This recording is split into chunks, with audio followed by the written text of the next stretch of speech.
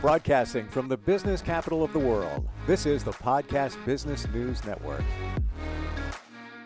Welcome back, everybody. I am a big believer in energy and how it's everything in our lives. Talked about it quite a bit here on these podcasts.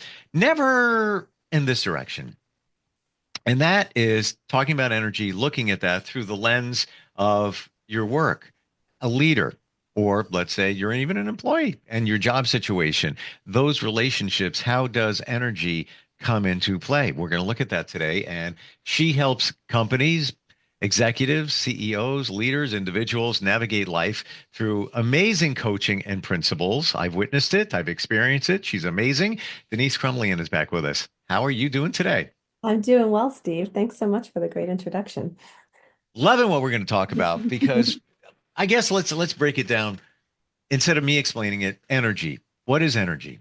I knew you were going to ask me this.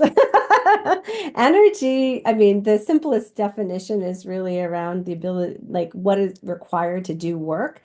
But really from kind of a more intangible perspective, it's a kind of a nondescript thing, but it's our sensations and what we feel inside. And so that's the way I talk about it anyway, in terms of like where you put if you're feeling a pain, for instance, and you focus on that pain versus maybe you don't want that pain. Well, what do you want? So a lot of times our focus goes towards what we don't want instead of what we do want. So we can expend the energy focusing on what we don't want, or we can shift that and focus on what we do want. For me, and I totally agree with you. How does that go? The attention goes where the focus goes. Where your focus goes, Yeah, energy flows. the energy flows. Thank you. Mhm. When it comes to energy, I believe everything has a vibration. It's so It's, true. even Yeah. even the pen. This pen has a certain energetic vibration. Yes, it's an inanimate object, but it still has a vibrational property. Obviously, we humans have a different vibration, and we're always sending those vibrations out. And what comes back is what we sent out. So you got to be careful with that. So that gets us into, the leadership world, the management area. If you apply the energy thing to that, whoa, it can be very powerful, or it can be very detrimental at the same time, right? Yes, and vibration is the word, absolutely. We all are energy and we all vibrate at different levels. And when we're in a positive state, our vibrations are at a much higher level than when we're in a more depressed state. They're lower. And in fact, there's actually frequencies that you can look up and you can do meditations to different frequencies. So, for instance, I know we've talked a lot about gratitude. There's a specific frequency that you can listen to that helps to keep you in that vibrational state of Yeah. gratitude. They're available for all different goals, whether it's a Mhm. vibration of love, um, like you said, gratitude, whatever it is. And go look them up on Spotify, Yeah, YouTube. yeah. It's music that's been created with that frequency vibration within it. And like we joke about a pen, this has, a Mhm. vibration. Quick story. I have an old Jeep. It is now 25 years old, rusting away. I say it's in hospice. It's I use it just in the summer usually, take my kayaks on it. I love it because I don't have to worry about it. I don't even lock it. Just my fun, my fun thing. So there was a period of time where it was breaking down. A belt would snap. This, I'd be driving something, brakes gave out, and I'd be like, "You piece of, really." And then I flipped it around, and now I'm like, I love you, little car. You and me, we are buds, and I send positive energy to it. I'm going to tell you, when I was sending the negativity to it, it kept breaking down. Now that I baby it and I say, I appreciate you. Oh, we did another good run today. Hey, you're good. You're good. I have not had one problem with it. And I even anticipate, I don't start it up all the time. So, every couple of weeks I go out there, just crank it over. And I'm like, just start it again. Thank you so much. I honestly and truly believe the vibration I'm putting into it Mhm. gives me back what it's doing. So I appreciate it now. Yeah. And so imagine if you can take that and then apply it to our work situations, our personal situations, and the people that are in our lives, right? Right? So, and maybe you're having a challenging situation at work with somebody.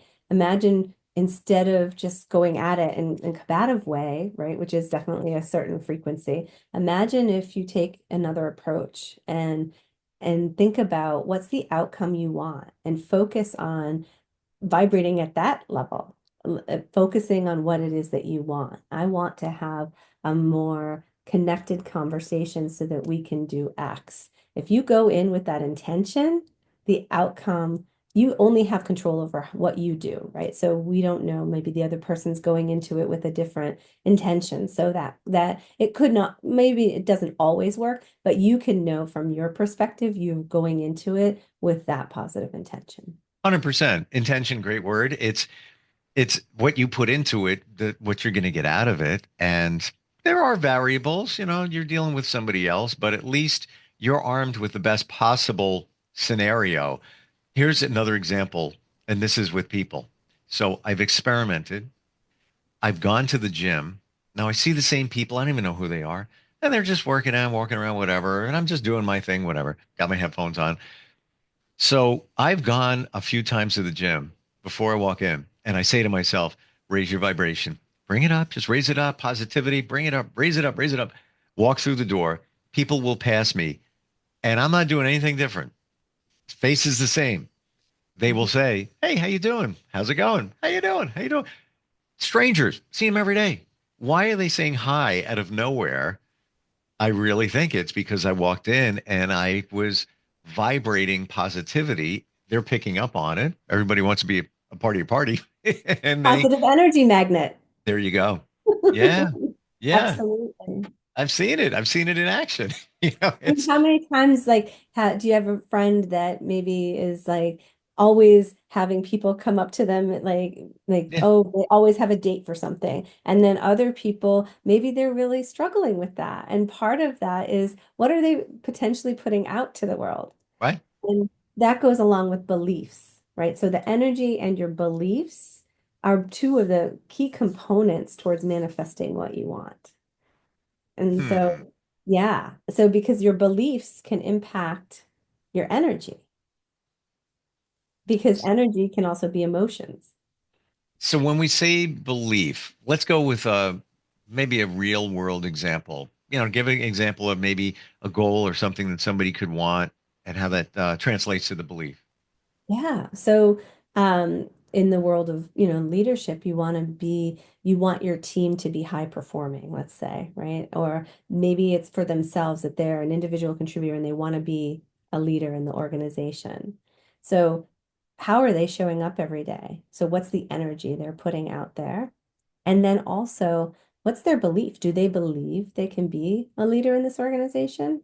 Because they might be committed to making it happen and like do it, checking all the boxes and doing that. However, if either consciously or subconsciously they don't believe it, their energy is going to be lower. They're not going to be as much of an influencer because they're, again, that positive energy magnet won't be there. And and also, you can get into self-sabotage because subconsciously, if you don't believe something, you can be committed at 10. And this is something I found in my goal setting. You can be committed at a 10, but your belief that you can make it actually happen could be maybe a 3. And it's probably not going to happen, or it's going to take a lot longer because you Mm, don't have that same level of belief. completely. It's the same person that goes into a job interview thinking, I'm never going to get this. Come on, this job, this is for somebody with so much more experience that not even going to happen. You already walked in believing it wasn't going to happen. And right back to the beginning of what we said, your attention, how does that go again? Where your focus goes, energy flows. Flows, right? So you're putting your energy into, I'm going to fail. You just, without even knowing it, you sabotage the outcome. Mm. Absolutely. And that's the natural law, and that law of attraction. And there's a ton of different laws that can also support that energy concept that you can look into. Oh, yeah. Um, the other one, though, is the opposite, which is what you resist persists. And so that Hmm. is such an interesting, that's not, it's a concept from Carl Jung. And just the idea of that though, is that if you are, it's like, I don't want this to happen. I don't want this to happen. Right. But it's inevitable that it's going to happen instead of sometimes having acceptance for something. Right? Imagine if you could go into something that you know is not a great situation, but you have acceptance for it and you're going to be open to the possibility. Right there, you're elevating your energy rather than squashing it because you're resisting. So, Hmm. just interesting concepts to think about, and especially at this time of year when a lot of people are goal setting, whether you're in an organization and you're trying to motivate and engage your team and for the year ahead or on your own, with personal goals. It's really these concepts that can really make a difference towards manifesting what you want. How do you change your beliefs? Mm. You work with somebody like me. Hmm. I get Um, you. I get you. I don't think I don't think that's an easy thing to change. I don't yeah, know if that we can even do that ourselves. And like you said before, it could go back to a subconscious situation. You might not even know why you're doing it and or that you are doing it. And it could go back to your childhood. absolutely. And, there's different levels of, that can sometimes go into trauma, which again, a lot of coaches are not necessarily trained in. And so you may need help from a specific trauma therapist for something like that. So I want to just call out the difference there. I am actually getting certified in some more sensation-based coaching with the Somatic Coaching Academy right Oh, now. And so, cool. yeah. And Isn't so that kind of what we're talking about here today, it isn't it? is, and that's part of why I wanted to bring it up because I'm such a believer in the mindset part and then also just the sensations in your body. And then one of the big, like mind-blowing moments for me in my learnings recently has been what the definition of emotions are. And this is again something I learned through this course. And it's really about emotions being sensations plus your thoughts. And Say so that again. I want to process that. yeah, emotions are your sensations, so the things that you're feeling in your body, plus your thoughts.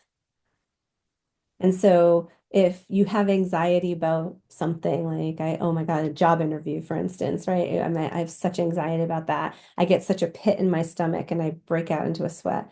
Well, what is that pit in your stomach? What's that sensation? Can you name it? And then there's a whole process that you can do to support yourself to relieve that sensation or change that. Um, the point is, though, in relation to what we're talking about today, is that the belief piece, too, though, the thought is the meaning that you're putting on that sensation. I have my pen and my post-it note. I'm Yeah. ready to go. Emotions are, Emotions are sensations plus thoughts. hmm. You never hear the word sensations, I know. right? You always say feelings, and that's one of the learnings that I have is that you can say I feel anxious or I feel hurt but the sensation in your body is what you're trying to get another level of awareness for. It's a more true description of what's going on. Hmm. Hmm. Wow. And so that sensation that you have, you identify it, you Hmm. give it a name. I've even heard maybe give it a color or something. Yeah, mostly like you can say I have tightness in my calf, or I have a tightness in my neck every time this happens, or I get triggered by X. So it's the emotion piece. It doesn't always have an emotion. It can start from an actual physical therapist can use this too. I look at it more from the emotional perspective, going back to what we originally started with, which was the limiting belief, right? So it can be a limiting belief or it could be a subconscious belief because our body keeps the score. And there's actually a book called Body Keeps the Score, which I just learned about that I'm going to be looking into. Hmm. Um, and then I also want to tell you about this book, The Mindful Body. I just listened to a podcast from this woman, Ellen Langer.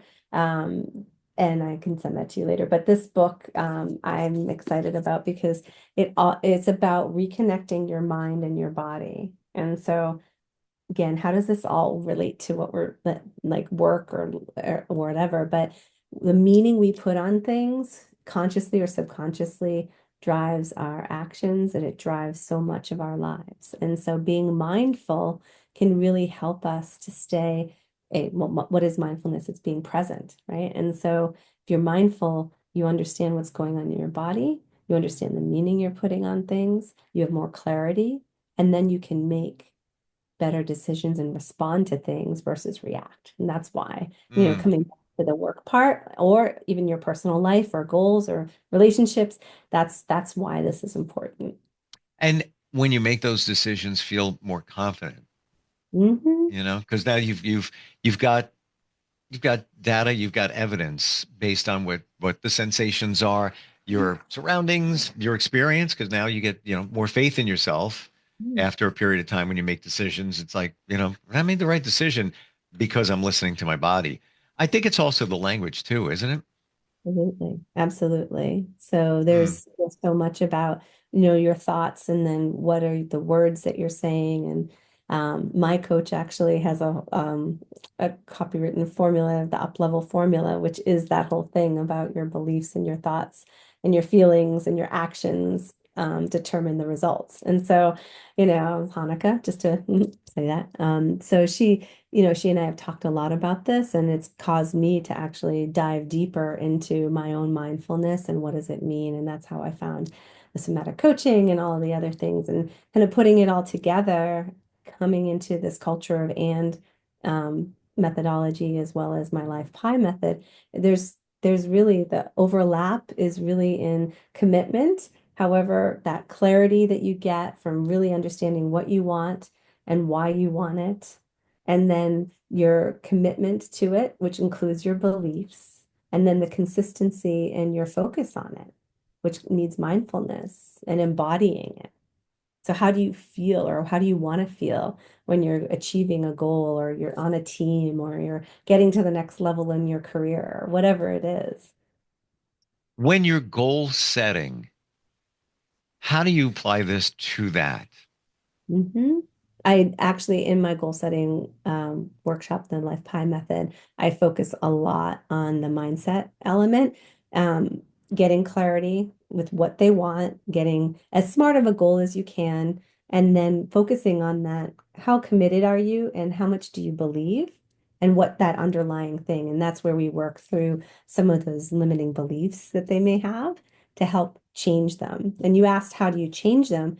It is really first getting clarity in what the limiting belief is, and then acknowledging that that's not serving them anymore so that they can discover what it is that's going to serve them better. How do you know the difference between a task and a goal? I heard this, saw this somewhere. The goal should move you, like Mhm. excite you, as opposed to a task. So, for example, um, I'm got invoices to do. I'm going to do 35 today. Normally, I'm going to get 40 done today, or 45. I'm going to do 45. All right, yeah. You've set a goal for yourself, but not exciting you. It's just like, all right, I did got more done today. Maybe less work I got to do tomorrow. Is that more of a task as opposed to a goal, where the goal is going to be, wow, I can't believe I attained that. I'm excited to get to that goal. So what's the why for needing to do those 45 invoices? The big picture goal Mm, is probably I want to increase my revenue or my profits by X this year. And so the task is I need to bill out people at a higher volume. So I need to have more customers. I need to do all those different things. So those are the tasks. And so the milestone might be that every day I have to hit 45 in order to achieve that goal. But the goal is the thing that excites you, and you embody that goal, you visualize it, you understand what it's going to be like. You take time to really feel what is it going to feel like, and what's the energy I'm going to have when I achieve this. And then by embodying that, those tasks have more meaning. And it goes mm. back to everybody in their role from a work. Remember, we were talking about, I think we've talked about before the job crafting. So people aren't just whatever their role is, what's their part in those bigger goals? How about language? Things that we say to ourselves. Like I've changed, I've reframed some of the things I say. Example, I can't wait to have that steak tonight, to go to that restaurant. I can't wait. What are you telling yourself? You're telling yourself subconscious, wait, wait, wait, as opposed to I'm looking forward to that Yeah, steak at that restaurant tonight. It it's did so those little things like that, do they add up to big things?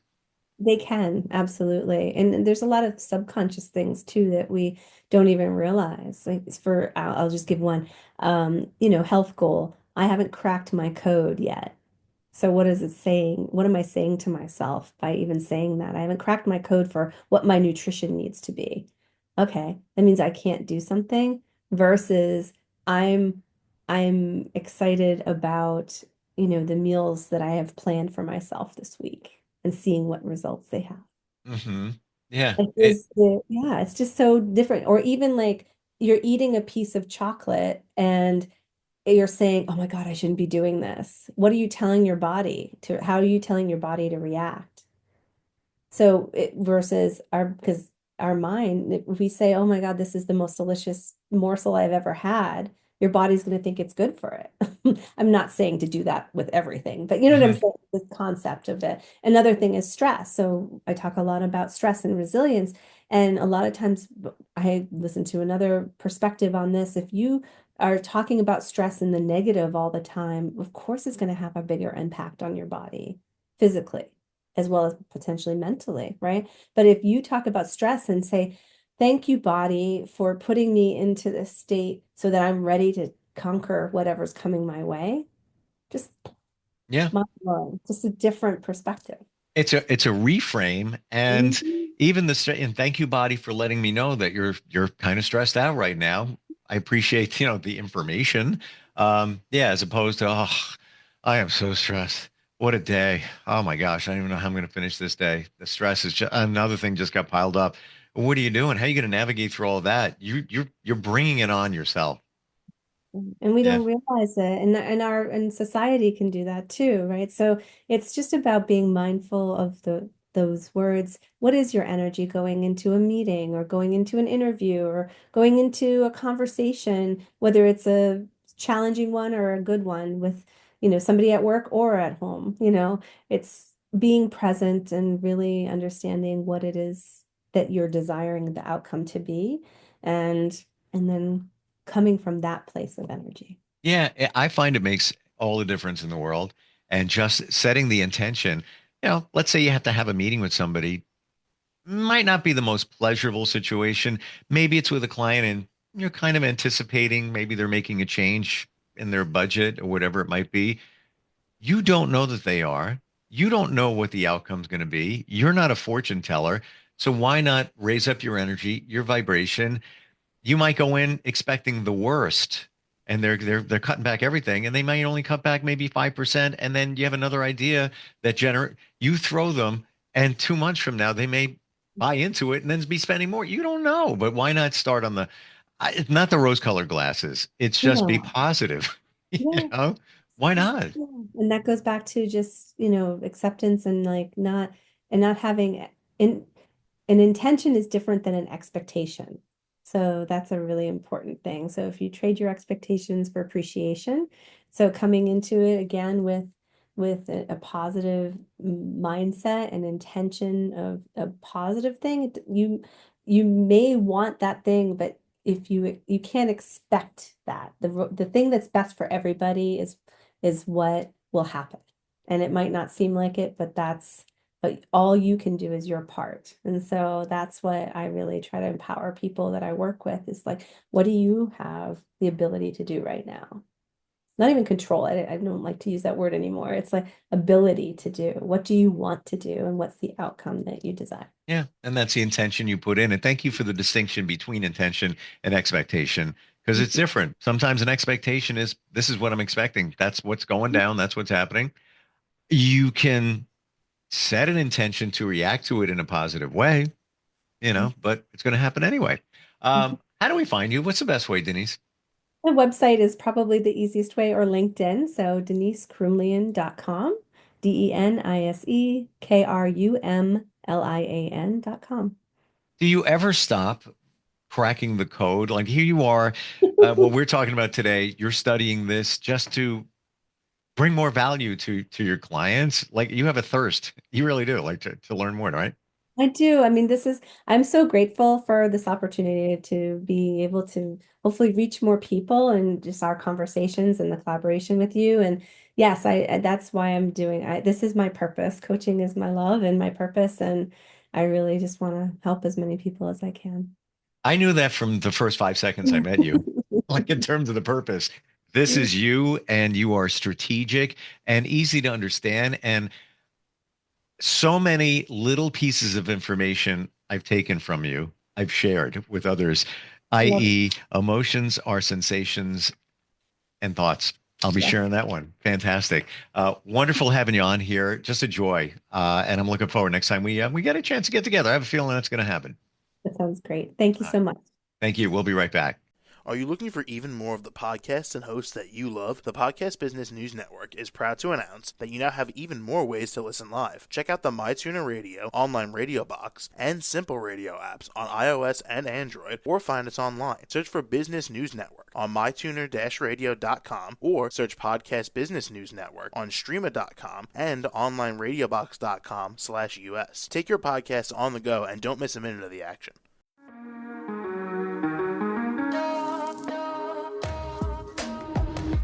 Broadcasting from the business capital of the world, this is the Podcast Business News Network. For nearly 2,000 severely injured veterans, everyday life has become filled with barriers. Day-to-day simple tasks can become pretty daunting. I have to carry my chair up 2 flights of steps or have somebody do it for me. What scares me the most is just the falling. When I'm struggling with my house, I think, to have that one great barrier just knocked down, I mean, it's crucial. Home for Our Troops is a wonderful nonprofit that builds a mortgage-free, fully adaptive, handicap-accessible house. And there's no catch. It'll be our very first home that we've ever owned. This is a game changer. This is where your life begins again. We need you to join us in completing this important mission. Please visit hfotusa.org and help build homes and rebuild lives. Because of you, everything's going to be okay.